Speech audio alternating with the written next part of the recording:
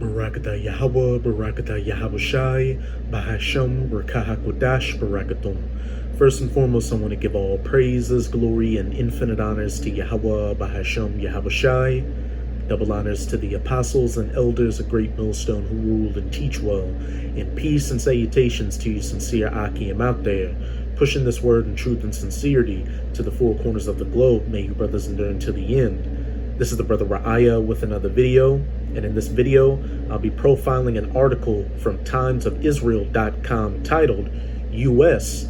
inks deal to sell Israel 4 refueling planes needed for potential Iran strike. And it's not going to be a potential Iran strike.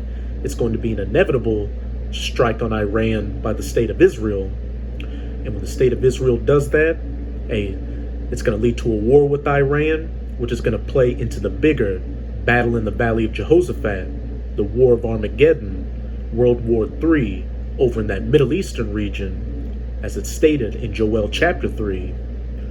But now I'm going to go to Jeremiah chapter 49, verse 20. Therefore, hear the counsel of Yahweh that he had taken against Edom, and the biblical Edomites are known today as these so-called white people, these Americans, the British, Europeans, Russians, South Afrikaners, etc., etc. And his purposes that he hath purposed against the inhabitants of Teman, surely the least of the flock shall draw them out. And that least of the flock is talking about those people calling themselves Israelis over in the Holy Land right now, but they're not the true people of the Most High. They're also Edomites of the tribe of Amalek. And for the rest of the video, I'll be referring to them as the 1948ers. But the true children of Israel are known as the so-called Negroes, Latinos, and Native Americans today. But as it says, surely the least of the flock shall draw them out. Surely he shall make their habitations desolate with them. Like I said at the beginning of the video, these 1948ers are going to do something to provoke a war against Iran, which is going to draw these bigger nations down into that war. On the side of the 1948ers, the United States of America, which you should clearly see by now is nothing more than a puppet for the 1948ers and these other NATO nations. And on the side of Iran, nations like Russia and China. And when we see articles like this, we can see Jeremiah 49 verse 20 being put into place. The U.S. continuing their assistance towards the 1948ers and their hostilities towards Iran, which is ultimately going to lead to them getting dragged into this war against Iran, which is going to play into the bigger battle in the Valley of Jehoshaphat. This is Joel chapter 2, verse 20. But I will remove far off from you the Northern Army, the North American Army, the United States military, all branches, the Air Force, the Marines, the Navy, the Army, and will drive him into a land barren and desolate, that Middle Eastern region, more specifically Saudi Arabia, which is going to be the main staging ground for the battle in the Valley of Jehoshaphat, the War of Armageddon, with his face toward the East Sea. And when we go to a map of the Middle East, you have Saudi Arabia right here, and what's to the east? The Persian Gulf, and then Iran, the main target of the 1948ers, as well as the United States of America in that Middle Eastern region. And to the northeast, you have Iraq with the Tigris and Euphrates rivers. And the U.S. has a military presence in Iraq, as well as one in Syria as well.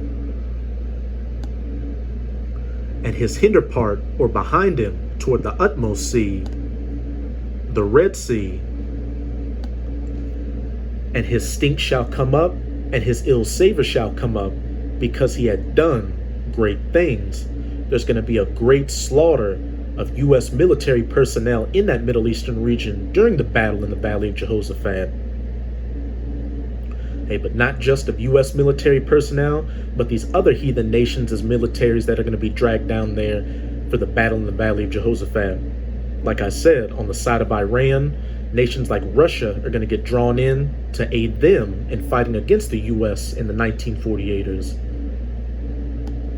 This is Ezekiel chapter 38. I'm going to start at verse 1. And the word of Yahweh came unto me, saying, Son of man, set thy face against Gog, which is the biblical name for Russia, the land of Magog, the chief prince of Meshech and Tubal, and prophesy against him, and say, Thus saith the Lord Yahweh, Behold, I am against thee, O Gog, the chief prince of Meshech and Tubal, and I will turn thee back and put hooks into thy jaws, which is talking about the Most High putting that old confrontational Soviet Union spirit back on those Russian Edomites, which we can clearly see with their military campaign in Ukraine, them helping out Bashar al-Assad against the U.S. during the Syrian civil war, and them setting up different military installations around the planet.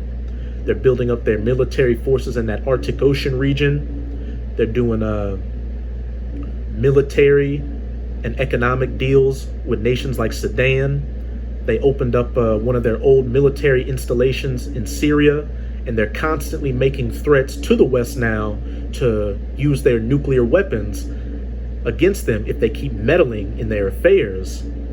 And I will bring thee forth, and all thine army, horses and horsemen, all of them clothed with all sorts of armor, even a great company with bucklers and shields, all of them handling swords, their military hardware, tanks, fighter jets, artillery pieces, you name it, being brought forth down into that land, barren and desolate, just like the Northern Army, that Middle Eastern region, for the battle in the Valley of Jehoshaphat. Verse 5, Persia, which is the ancient name for Iran, Ethiopia, and Libya with them, all of them with shield and helmet, Gomer, which is speaking of Turkey, and at some point Turkey is going to completely betray the West and fully ally themselves with Russia and all his bands, the house of Togarmah of the North Quarters and all his bands, and many people with thee. Be thou prepared, and prepare for thyself, thou and all thy company that are assembled unto thee, and be thou a guard unto them, be thou an ally unto them. And as I said, Persia is one of those nations that they're going to be a guard unto. So again, when those 1948ers, the least of the flock, does something to provoke a war against Iran, it's going to drag in the U.S. and these NATO nations in on their side. But on the side of Iran, Gog, or Russia, is going to be dragged in to be a guard unto Persia, Iran. This is Joel chapter 3. I'm going to start at verse 9. Proclaim ye this among the Gentiles, the heathen Gentiles, and this is exactly what the true men of the Lord, the prophets of the Most High, chiefly through GMS or Great Millstone, are doing, as well as the brothers that come in the spirit of GMS, going out onto the highways and byways preaching this word, as well as putting up video epistles. Prepare war against Iran, the battle in the Valley of Jehoshaphat, the war of Armageddon, World War III, nuclear war, because World War III is going to go nuclear. Wake up the mighty men, let all the men of war draw near, let them come up. And a couple of months ago, the 1948ers conducted a massive military drill involving all their different branches, simulating attacks against Iran and its allies called the Chariots of Fire, and showing that these mighty men are starting to get woken up and drawing near to this eventual battle. And then, as we'll see in that article, the U.S. is further aiding the 1948ers for their eventual attack against Iran. And as we went into Joel chapter 2, verse 20, the mighty men of the United States of America are going to come up, as well as the mighty men or the military of Gog or Russia are going to come up into the Valley of Jehoshaphat for this war of Armageddon. Beat your plowshares into swords and your pruning hooks into spears. Let the weak say, I am strong. Assemble yourselves and come, all ye heathen. The United States of America, the 1948ers, Russia, China, Iran, Saudi Arabia, Turkey, these NATO nations, and gather yourselves together round about. Thither cause thy mighty ones to come down, O Yahweh, and those mighty ones are the death angels of the Most High, holding back this great destruction, waiting to get the go-ahead to release it, which is mainly going to happen after the mandatory implementation of the charagma, the MARKOFTHEBEAST in Revelation chapter 13, verses 16 to 18, which is the RFID/NFC MICROCHIPIMPLANT. And we can clearly see that with each passing day, we're getting closer and closer to the rollout and eventual mandatory implementation of the charagma. Just recently on CNN, they were advertising the charagma with a man who got an implant in his hand so he could unlock his Tesla car, and he was talking about how he hopes that he can link his credit cards and banking account to his charagma, as it says in Revelation chapter 13, verse 17, that they may neither buy nor sell, save he that has the charagma. Let the heathen be wakened and come up to the valley of Jehoshaphat, which in the Hebrew is Yahweh Shaphat, which means Yahweh's judgment. And when you go up to the first couple of verses of this chapter, you'll see why the Most High is gathering these heathen nations down into the valley of Jehoshaphat to judge them for afflicting the apple of his eye, the children of Israel, who are again known as the so-called Negroes, Latinos, and Native Americans today. And at the top of that list of these heathens that came against the children of Israel are you Edomites, as pursuant to Psalms chapter 83. For there will I sit to judge all the heathen round about. Put ye in the sickle, for the harvest is ripe. Come get you down, for the press is full. The fats overflow, for their wickedness is great. Multitudes in the valley of decision, for the day of Yahweh is near in the valley of decision. And when we see articles like this showing that the 1948ers are getting ready to do a strike, a military strike against Iran, that just goes to show us that the day is very near of Yahweh in the valley of decision. Boeing KC-46s to arrive in 2025 at the earliest. Deal to cost Israel nearly $1 billion, with funds coming from military aid Washington provides to Jerusalem. Aircraft manufacturer Boeing signed a contract with the U.S. Department of Defense on Thursday to supply the 1948ers with 4 KC-46 refueling planes, the company said in a statement. The multi-role aircraft makes mid-air refueling possible for fighter jets and other aircraft, but can also be used for military transport. For the 1948ers, the aircraft are seen as necessary to conduct potential, inevitable, major strikes against targets in Iran, some 2,000 kilometers, 1,200 miles from the 1948ers, and far outside the normal flight range of 1948er jets.